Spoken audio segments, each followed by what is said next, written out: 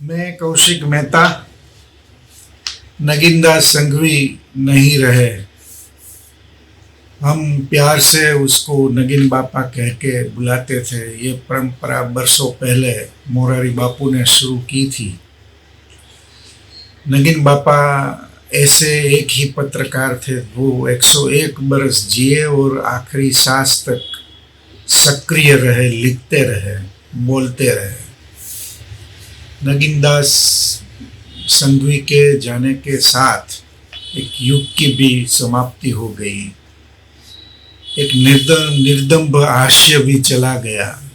एक सादगी, एक सहजता, निस्पृहता जो आज के ज़माने में कम दिखने को मिलती है, वो भी नगिन बापा के जाने के साथ चल गई।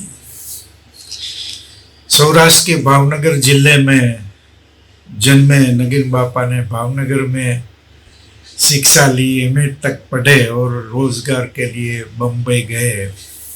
उसको बनना तो था शिक्षक, लेकिन नौकरी नहीं मिली शिक्षक की, तो एड एजेंसी में जॉब किया। फिर न्यू इंडिया इंश्योरेंस में जॉब किया। फिर भवंस का कॉलेज बम्बई में शुरू हुआ तो वहाँ वो अध्यापक बने। रूपारेल कॉलेज में भी अध्यापकी की और आखिर में मीठी बाई कॉलेज में 20 बरस तक उन्होंने पढ़ाया। पॉलिटिक्स और हिस्ट्री के वो अध्यापक रहे थे।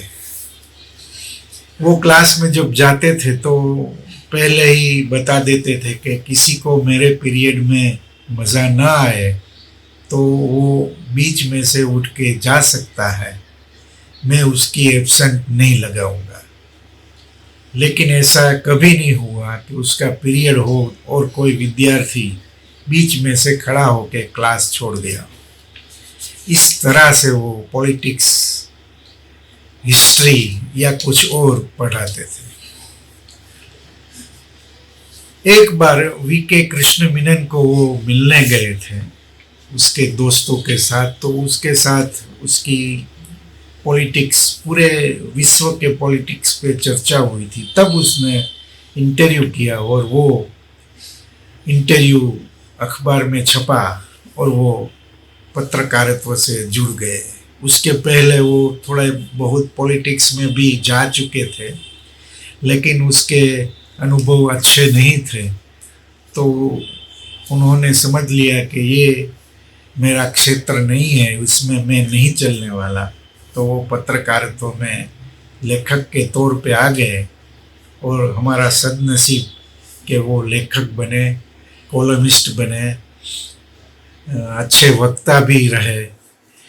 तो उसका लाभ हम समाज को पूरी तरह से मिला।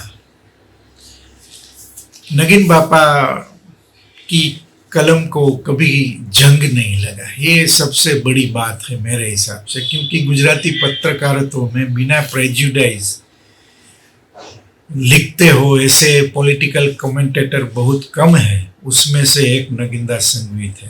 हिंदी फिल्मों में अमिताभ बच्चन के लिए जो बोला जाता है कि वो 1 से 10 तक अमिताभ बच्चन ही है, ऐसा हम गुजराती पॉलिटिकल कमेंटर के हिसाब से नगिन बापा के लिए भी बोल सकते हैं, क्योंकि कभी किसी की शर्म नहीं रखी।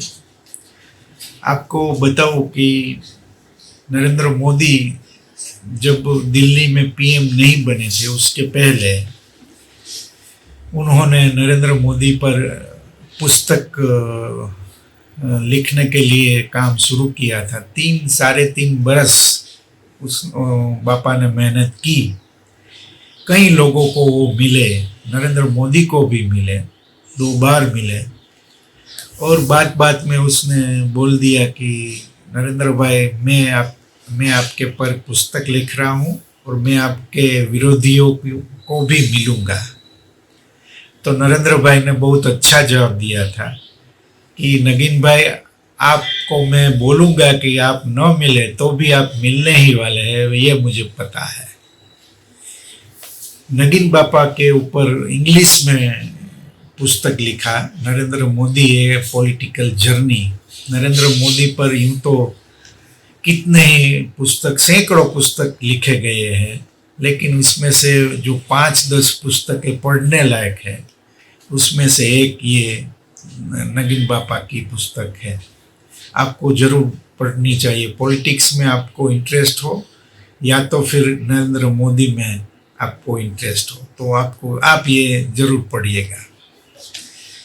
एक रामायण पर वो मीथ तोड़ने वाले आदमी थे जो कहा सुनी बातें चलती रहती थी बरसों से, सदियों से। वो उसको तोड़ते थे, लॉजिक के साथ तोड़ते थे। रामायण पर उसने एक कटार अखबार में शुरू की थी और काफ़ी विवाद उस पर हुआ था। तो इतना विरोध हुआ कि बीच में से ये कॉलम रोकनी पड़ी थी और बापा को खूब धमकियां फ़ोन पे आती रहती थी लोगों की, क्योंकि उसने जो रामायण में कई प्रसंग ऐसे हैं उसने गलत ठहराए थे कि ऐसा नहीं था, ऐसा नहीं था। फिर बाद में एक स्वामी जी ने ही, भाद्रण के एक स्वामी जी थे, उसने ही बोला कि आप ये पुस्तक छपवाइए, पहली 100 कॉपी मैं खरीदूंगा। तो वो पुस्तक छपा भी और बहुत चला, बहुत लोकप्रिय हुआ। गुजरात साहित्य अकादमी ने तो उसको नवाजा, पारितोषिक भी दिया। तो ये खूबी थी नगीन बापा की। उसको जिंदगी में कई अवार्ड मिले। हरिंद्र दवे पत्रकारिता अवार्ड, जो गुजराती पत्रकारिता के लिए सर्वोच्च पुरस्कार माना जाता है, वो भी मिला। केंद्र सरकार की ओर से वरिष्ठ नागरिक जिसने समाज के लिए प्रदान किया हो, वो अवार्ड भी मिला। वजू कोटक सुवर्ण चंद्रक भी मिला और आखिर में पद्मश्री भी मिला। ये जो केंद्र सरकार का, ये कितने खुददार आदमी थे वो, उसके मैं 1-2 किस्से आपको सुनाता हूँ।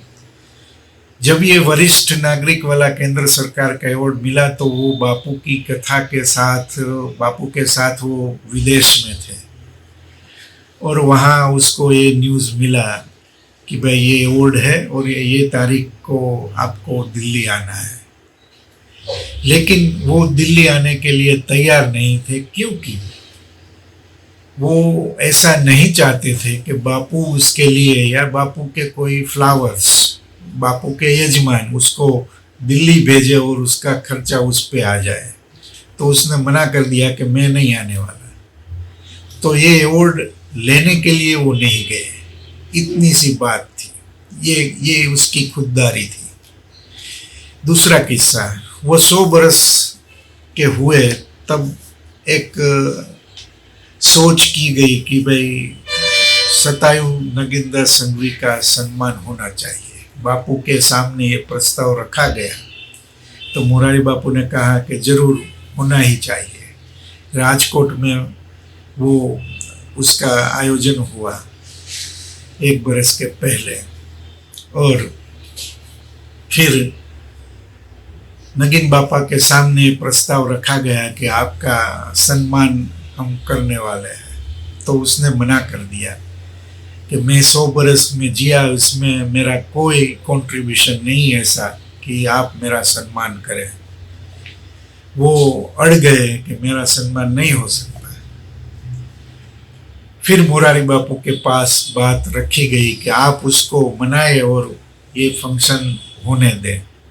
फिर मुरारी बापू ने बोला कि बापा, हम सब आपके संतान हैं और हम सब आपकी कामना, आपको प्रणाम करना चाहते हैं, बस इतना ही है। फिर वो माने, राजकोट में फंक्शन हुआ, उसको 11 लाख की राशि अर्पण की गई।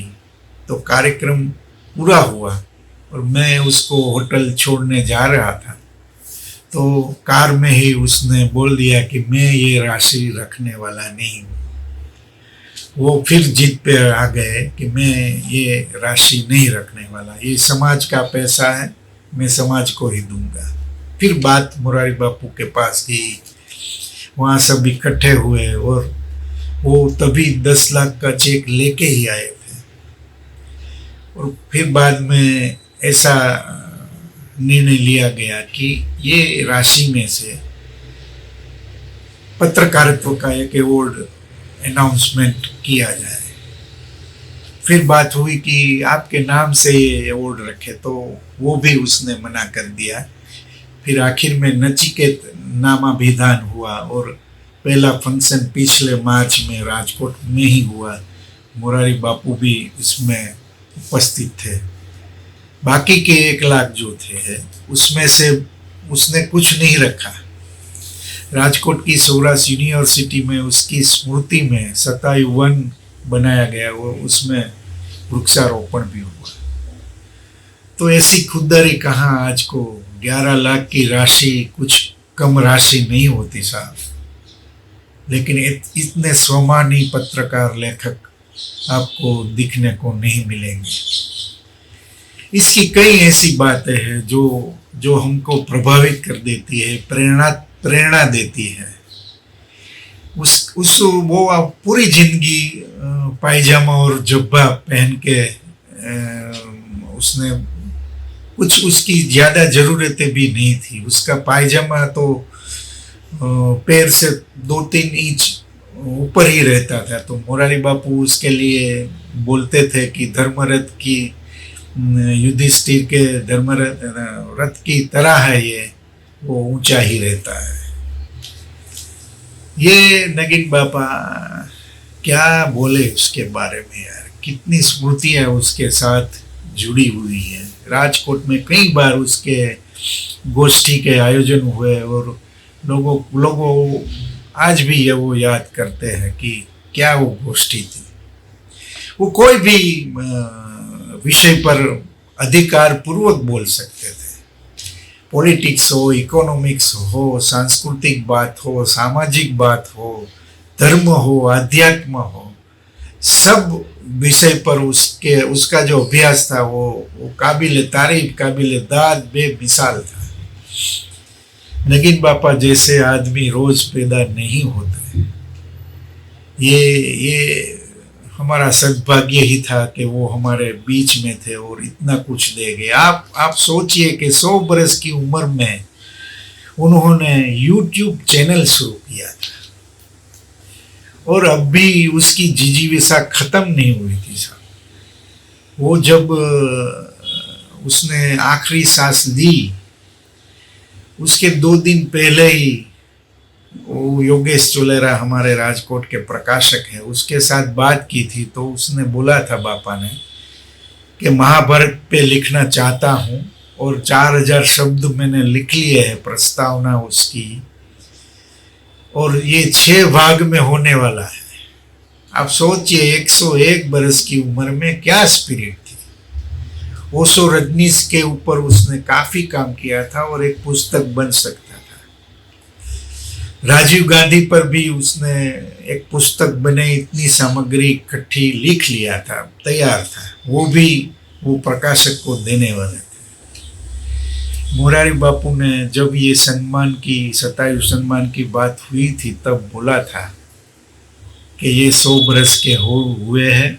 अब वो रहे ना रहे, कितने बरस जिएंगे, वो लो लंबा जिए ऐसी हम कामना कर सकते हैं, लेकिन उसके पास काफी कुछ है, वो सब निकाल लो। ये समाज के लिए बड़ी एक विरासत है। तो आप प्रयत्न करिए कि ये सब आ जाए उसके पास से, समाज तक वो जाए। लेकिन क्या करें, हमारा चलता नहीं है ऊपर वाले के साथ। और मेरे ख्याल से ऊपर वाले को भी ऐसे आदमी की जरूरत तो पड़ती होगी यार। अच्छे आदमी किसको नहीं चाहिए। और ऐसे निर्दम्ब, निस्पृही, सादगी भरे, सरल आदमी कहाँ मिलते हैं साहब आज। नगीन बापा नहीं रहे।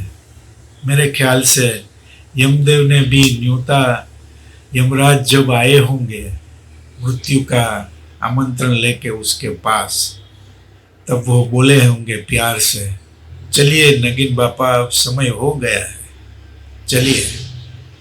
और नगीन बापा हंसते हंसते उसके साथ चले गए होंगे, क्योंकि वो नगीन बापा थे। नगीन बापा एक ही होते हैं, उसका कोई जोड़ या तोड़ नहीं होता। नगीन बापा को सलाम, उसकी कलम को सलाम, उसकी वाणी को सलाम, उसकी समझ को सलाम और उसकी पत्रकारिता को भी सलाम। थैंक यू, फिर मिलेंगे।